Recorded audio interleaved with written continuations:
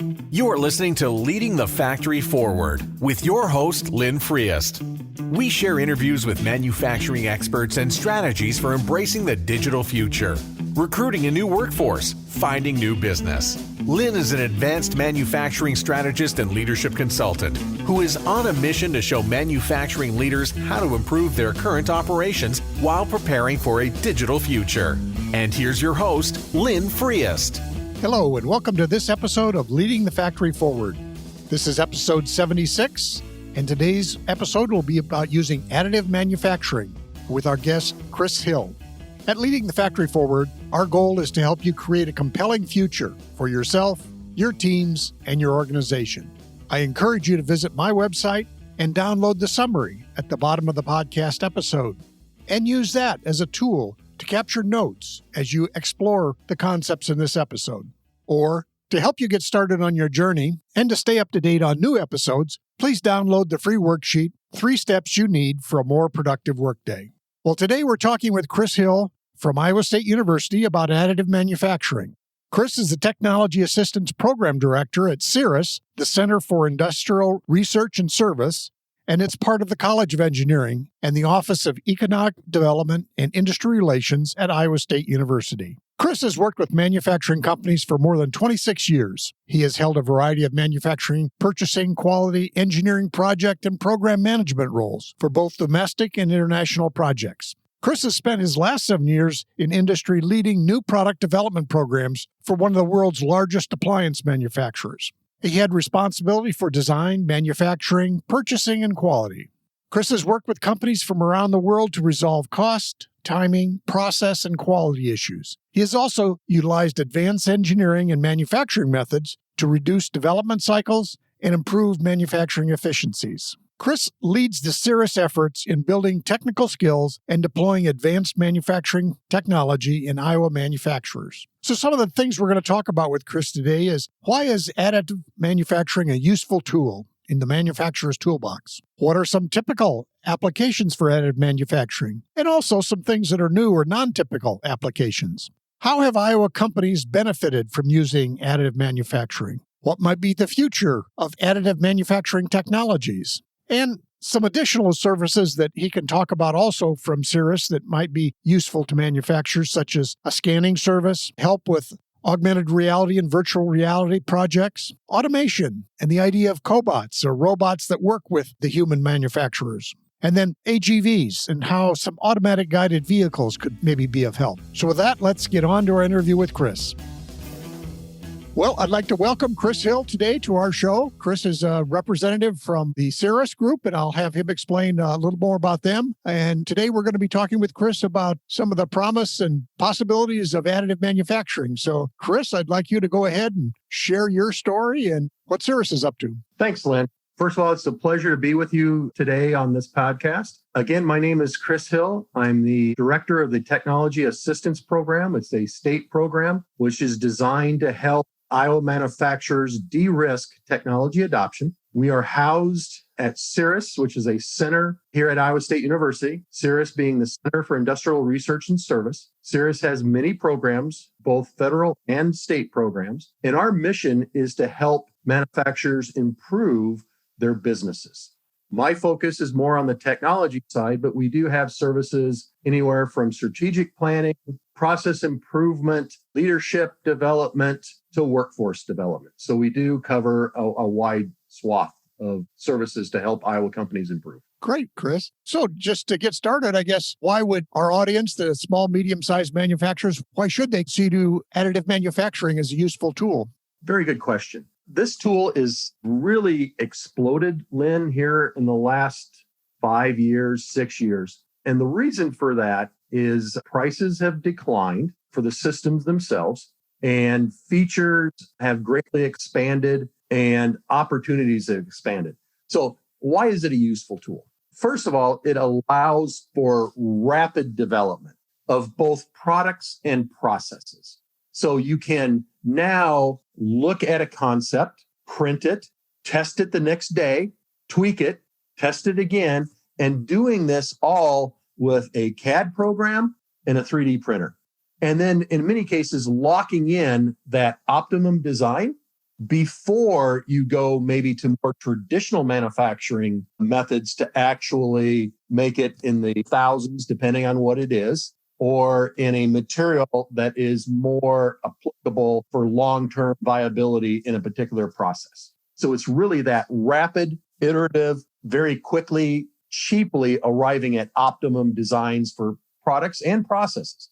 The other reason why it's a tool, as I noted, is because of a lot of technologies, patents have expired. There's more and more competitors getting into this market of providing systems for additive manufacturing. That's been great for the consumer side because that has really put pressure on pricing, put pressure on companies to offer more features and benefits for that consumer. And again, at a lower cost. These improvements, Lynn, have not only been in the hardware side, but also on the software side. The programs that you can now use to manipulate how parts are built when you additively manufacture, or commonly called 3D printing, it allows you to do a lot more things than you could 3-4 years ago. So you have a lot more cards to play.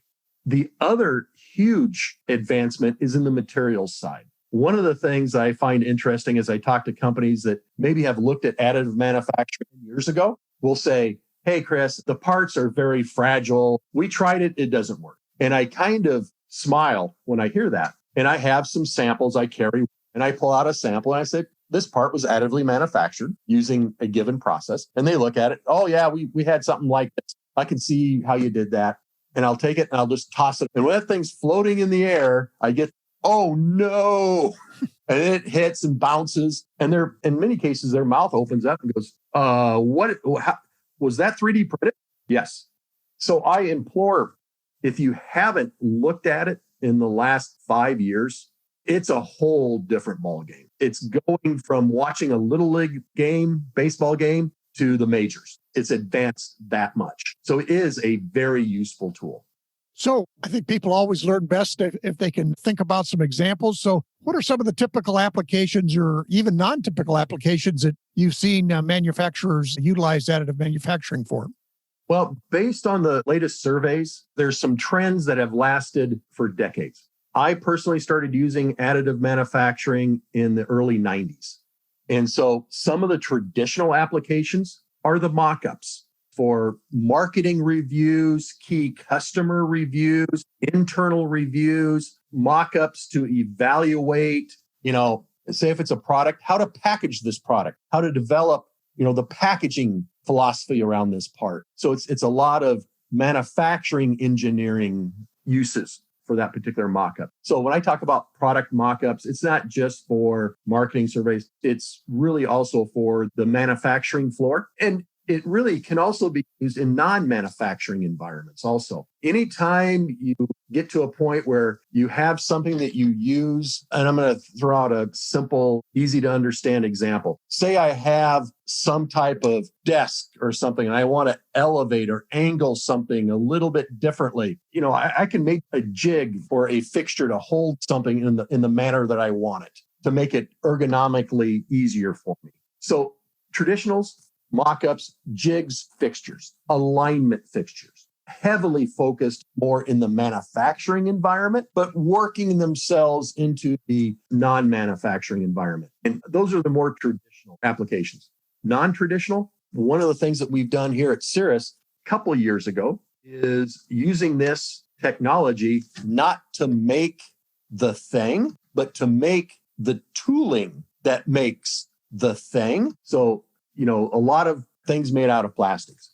A lot of those parts are made using metal injection molds. So the mold closes, they squirt molten plastic into the mold, open up the mold, and you have your part.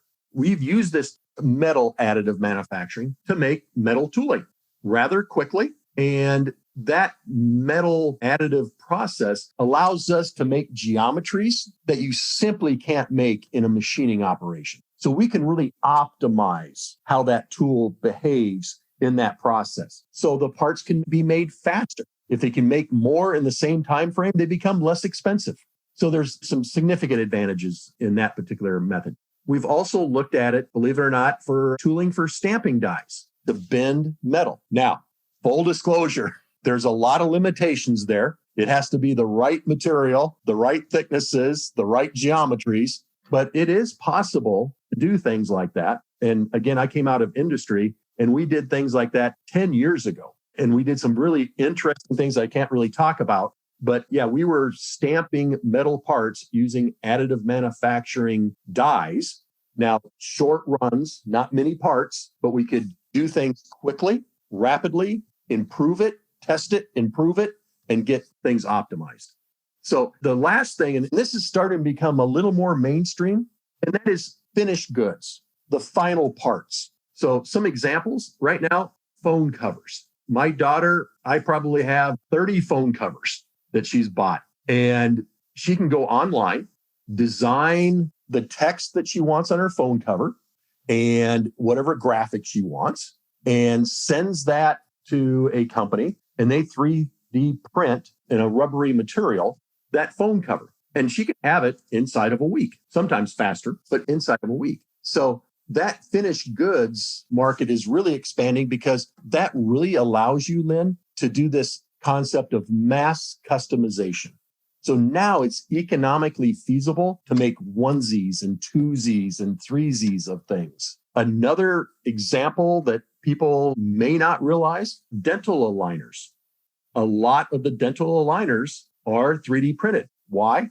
Everyone's teeth are a little bit different, and how you move the teeth are unique to that person. Well, that is something that's been going on for a few years. The other part is, believe it or not, clothing, shoes. Right now, there are companies that you can design your shoes and they'll 3D print components of that shoe. So you can get very customized graphics, designs, features, looks. Everybody likes to be unique nowadays. And so that mass customization does have some purchasing power because people are willing to pay for that difference, that uniqueness. So those are just a few examples of maybe non-typical.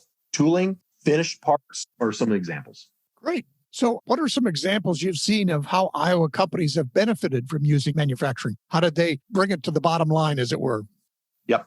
When we first started really engaging companies with additive manufacturing, we really focused on the traditional concepts, the jigs, the fixtures, the mock-ups. So we packaged it around supporting process improvement efforts, or companies have different buzzwords they use. Their lean efforts, their Six Sigma efforts, and facilitating that program so that now if a person is working on something and they want to give them a new jig, fixture, tool, instead of coming up with a concept and then maybe sending it to tool and die or someone to machine it, they now can go ahead and take that CAD file to a 3D printer, which they can then turn that around much quicker and traditionally at a lot less money. So they can try it. Oh, that didn't quite work the way we want. Look, what if we did this? Let's try that. And do that iterative process very quickly. And when I was in industry, Lynn, in charge of product development, we had a concept that we would fail our way to success. So I told our team, we're going to fail quickly, early, to learn things. Then we know what we want to finish design. And so then when we design it, we know it will work. It's a very efficient way of doing that. So starting with more traditional methods, that allowed us to show the payback, which of course companies are very concerned about that. Once we used, and I always say, once I can get into a company, I've got them, because this is not rocket science. And so once they get a few projects of success, the real problem becomes having them go at a rate that can be sustainable. Because now they look around, oh, we could do this and this and this and this and this. And then it becomes, okay, we need to prioritize because we can't do everything at once. We have to be methodical in our approach. And then once we start on the shop floor, then we start growing it out, looking at maybe the packaging area or maybe inspection areas. Okay. And we start growing it out. And the reason, Lynn, I think that is so successful is because trying new things have risk. And not everybody wants to go first. So if they can look over and see, well, these guys are using this technology and they've had this success. Well, what about me? then it's more of a pull to them versus trying to push something on them. And they have that little bit better buy-in. So it becomes easier to grow it. Traditionally, product development in companies seems to be kind of the later stage. It's easier to get into the shop floor and grow it, and then it gets kind of into product development. What we're at right now is kind of a tipping point, Lynn, in trying to get this technology tool and integrating it into a company's strategic plan. In other words, we want to do these things for our customers. How can we utilize additive manufacturing to convey those ideas, understand the acceptance of these strategies so that they can help ensure that they have the proper strategy concepts that once they execute, it's a higher probability of getting a return on investment of that strategy. So we're starting to try to make some inroads in that area. And Lynn, I do want to preface, additive manufacturing is one of the tools in the toolbox. There are a lot of different tools. And so even though our focus is just on additive, there are other tools that come to bear. Sure. Those are some of the things that have benefited Iowa companies. And it's really that speed, iterative. They can afford to take chance, risk, maybe fail, learn, improve, and they can do that quickly, less money. So it has benefited us quite a bit. And we have several Iowa companies that once we've worked with them, they have now decided to bring this technology internal to their facility because now they want to do some things that might have some proprietary benefit to their company. And so they want to bring that internally and play on some things that are some interesting potentials for those companies. For me, it's exciting to see a company that sees the benefit enough, they invest in the technology, bring it in-house, because that really transitions Iowa manufacturing and gives them a higher level of technology so that they can remain competitive in a global marketplace. Now, one of the other things I've heard that additive is used for, and I'm thinking of our small, medium-sized companies that may be using a lot of, I'll say, mature equipment or equipment they've had for a long time, and that would be repair parts. Have you seen anything like that? Yeah. We have a lot of Iowa companies that have some old equipment. It still does the intended purpose, right? So there's really not an incentive to change it. The problem is maintaining it over time. So we've had companies have come to us and said, hey, these pieces used to be, for example, a gear. It broke. We can't find a drawing. The company's out of business. What can you guys do? So I've spent a weekend taking parts, fitting them up, saying, I think it probably looked like this. This seems to fit here, gluing it together to get something that I think looks like the part did before it broke. We then digitized it by scanning it, creating a CAD file, sending it to our 3D printer, and then going back and saying, I think this is what it looked like. And we've sat together and had them install it, try it. And in some cases, well, there's an interference here. I think we need to, I think there's probably a chamfer here. Okay, done. In some cases, we've been fortunate enough, it slipped in, they've turned it and said, I think this works. So then we have the options now of printing that maybe in metal. If not, now they have the CAD data that's been verified to work that they now can use traditional methods. And it's really up to the company. They have choices now where they didn't have an option before. Powerful tool. Yep, great. So what might the future hold for these technologies? What are the next steps that you see coming down the road? Lynn, I will say, talk about the benefits of additive. It's iterative, it's fast-paced, it's ever-changing. That's the future for additive manufacturing. There is so much development going on to improve the systems because there's more companies offering these systems. And so there's a lot more competitive pressure to make yourself unique, to give the consumer that best product at best price. So where I see the future going to is there's going to be continued price erosion or pricing pressure on companies. So that's good for the consumer. And they also would get some added features. Some of the added features, Lynn, are things like laser measurements as you're building the part, so that as you're building the part, you're verifying the part is building properly. Okay. There are some features, Lynn, that 5 years ago would have been very expensive. For example, a printer today at $1,000 might have been 5-6 years ago, $30,000, $40,000, even $50,000. Okay. So price, pressure, more features, build sizes. So you have a printer and there's an envelope of how big you have, how big that bread basket is to put bread in. And so this is the United States, right? Bigger, better. So people want bigger, bigger, bigger. There are some technological difficulties as you get bigger and bigger and bigger, but there are technologies that are being developed to allow that to occur. So I do expect build sizes to increase. In addition to that, people want things quicker. So build speeds will continue to improve. Options on how to build that part to get it in a quicker method. For example, Lynn, maybe if I'm trying something, I may use a concept that's commonly called draft mode. It's something that gets you the part, but don't squeeze it too hard, kind of a shell, but it gives you the profile and you can test it and do it much quicker.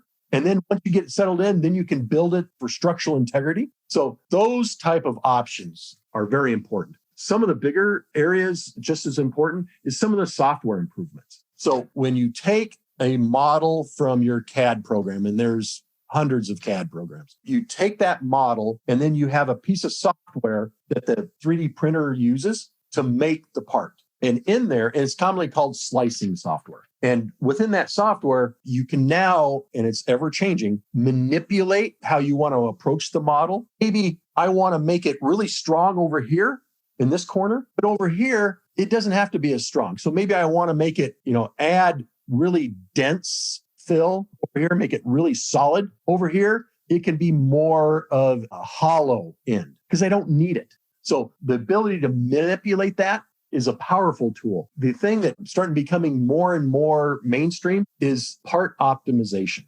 We are humans. So we typically look at things, and unless you're an industrial designer, we look at things as a box. So 90-degree angles, I like that. If I want to get radical, maybe I go with a 45, right? But I'm not maybe optimizing that design. When you talk about really strong structures, you look at nature. Nature is much more advanced than humans are in building optimum designs with the least amount of material. So there's software that's commonly called topology optimization software that now will look at your design and say, hey, maybe you make this a very organic structure. Maybe it's revolving spheres, right? Something that you really couldn't machine. So years ago, you wouldn't even think about doing that because you really couldn't make it. So it didn't have any value. Additive manufacturing now allows you the possibility to do some of those very organic shapes, which might be just as strong with a lot less material. And Lynn, there are numerous case studies out there that talk about maintaining strength at 60, 70, 80, even 90% less material and still having the same functionality of a part. That can be huge for some markets. Absolutely. It's exciting, Lynn. I have bags under my eyes because trying to keep up on some of these developments, but it's an exciting time. Well, thank you, Chris. I also wanted to touch before we finish here on, you mentioned earlier, the other services that CIRAS uses. And I'd like you to maybe give us a quick idea of some of those things that can also help manufacturers. Thanks, Lynn. I'll just make a blanket statement. If you need help, call us. If you're a company in Iowa, we can probably help you. And how can we help? We have over 40 staff at CIRAS. And then we have, of course, access to the university. We have access to extremely powerful partners, both public and private partners that we have to bring to bear. So we can help you anywhere from, we talked a little bit about that strategy, understanding markets, some of that strategic areas, into maybe it's helping you develop skill sets for some of the succession planning that you may have through traditional support like lean type efforts, process improvement type efforts, to technology. And again, that's kind of my bailiwick, if you will, and helping you understand the pros. And Lynn, just as important, the potential cons of some of the technologies. And that's one of the things I really like about CIRAS is we're not trying to sell you anything. So we can be extremely honest about what certain technologies are good at and maybe where they're a little bit weak at. And our goal is to make you an informed consumer. And Lynn, as we talk about technology, of course, you have that workforce component that comes in because technology typically will require some type of skills upgrading or skills training. Now, CIRAS doesn't necessarily provide a lot of that type of detailed training. We'll do some of that training as part of projects, but we do have some great partners, community colleges, that we can give you some information to help with that workforce improvement area. So I like to say, CIRAS, we can help you either directly or indirectly, and we can kind of be your, for lack of a better term, your bat phone. So just pick up the bat phone, give CIRAS a call. I think we can help. Great. Well, and Chris, I'd also like to share with our viewers who are not in Iowa that you're part of the Manufacturing Extension Partnerships, and every state has a group, whether it be university or other group. Illinois has got the Illinois Manufacturing Excellence Center, and I've worked with them. But for our viewers in the U.S., all the states have these same kinds of services, and you can easily look them up. And I'll include in the show notes, a link to the National MEP Center, along with obviously the links to CIRAS. That's a very important program for us, Lynn. When I talk about partnerships, we work with other centers pretty closely. You mentioned Illinois. We work with them on several projects currently. Even though we are here to support Iowa manufacturers, we have been called upon by other centers to help companies in other areas. So when I talk about our network, it is really a national network of not only MEP centers, but of companies, private organizations. So if we can't help you directly, I like to say we probably know someone who could help you. Yeah, and I think that's very helpful and useful because as we talk about small, medium-sized manufacturers, what I found is they have leadership teams of 1 or 2, 3 people, and there's only so much time they have to think about these things. So if they can engage a thinking partner like CIRAS or one of the other MEPs, that's very helpful for them. Yeah. And Lynn, as part of our both state and federal programs, we have our digital manufacturing lab here in Ames. And the goal of that lab, again, is to help with technology adoption. But the great thing about it is when we fail at something, and we do fail, because if we're not failing, we're not pushing the envelope enough. But companies can learn from our failures. So 100 companies don't have to fail. You can fail once, and then we can communicate why we failed and what we're going to do about it and what can be done and so forth. So that learning curve, we can really make that much steeper to get to companies to a certain level much faster and, less time and money involved. Sure. Well, thank you very much, Chris. Any other final thoughts you'd like to share? Lynn, it's just a pleasure. I appreciate you taking your time to talk with me, and hopefully your listeners find some benefit. And again, give us a call. Thanks, Chris. Thanks, Lynn. Again, my deepest thanks to Chris for sharing his insights and knowledge about additive manufacturing and how it can be useful to small, medium-sized manufacturers or manufacturers of any type. As sort of a quick recap, we talked about why is additive manufacturing a useful tool? What are some typical applications and some non-typical applications? How have Iowa companies benefited from using additive manufacturing? And what might the future hold for new additive manufacturing technologies? So again, my thanks to Chris. So what's up next? We're going to continue a mix of solo episodes and interviews with experts, and some of those will be in manufacturing, but also some will be in other areas such as leadership or areas such as the silver entrepreneur. And that'll be at least one episode a month and sometimes more. And I'm going to be sharing my thoughts and ideas on how to become a silver entrepreneur and how silver talent might help you in your business. And as always, I encourage you to visit my website and download the summary at the bottom of the podcast episode as you start your exploration of this episode. And to help you get started on your journey and to stay up to date on new episodes, please download the free worksheet, 3 Steps You Need for a More Productive Workday. Thanks for listening.